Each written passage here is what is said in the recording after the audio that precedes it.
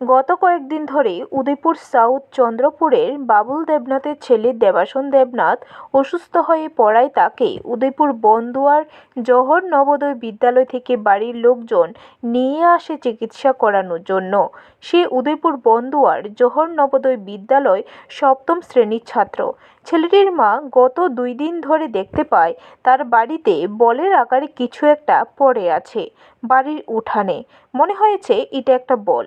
বুধবার ছাত্রটি বাড়িতে পড়ে থাকা বল মনে করে ধরতে যাওয়া মা এটা বিকট আওয়াজ করে ফেটে ওঠে, আর সঙ্গে সঙ্গে ছাত্র দেবাশন দেবনাথ মুখমণ্ডল পা ঝলসে যায়।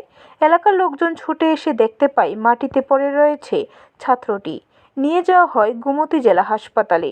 বর্তমানে চিকিৎসাধীন অবস্থায় রয়েছে ছাত্রটি। তার মা জানায়, ছেলেটি একটু সুস্থ হলে রাধাকিশোরপুর থানায় মামলা দায়ের করা হবে। এদিকে খবর পেয়ে পুলিশ ঘটনাস্থলে ছুটে যান। শত্রুতামি করে রেখে গেছে এটা আমি তো আজকে 2 দিন ধরে দেখতেছি যে ঠিক আছে, কিন্তু এটা আমি বলমনো করে ফালাইতেছি। এটা বাড়িতে আসলে আমরা ঘরের পাশে আমরা সন্দেহ আছে। আমার বাড়ির কাছে অনেক মরুল পুরা গেছে, অনেকের মরুল কমে 20-25টা মরুল পুরা দিছে। ব্যুরো রিপোর্ট, খবর ত্রিপুরা।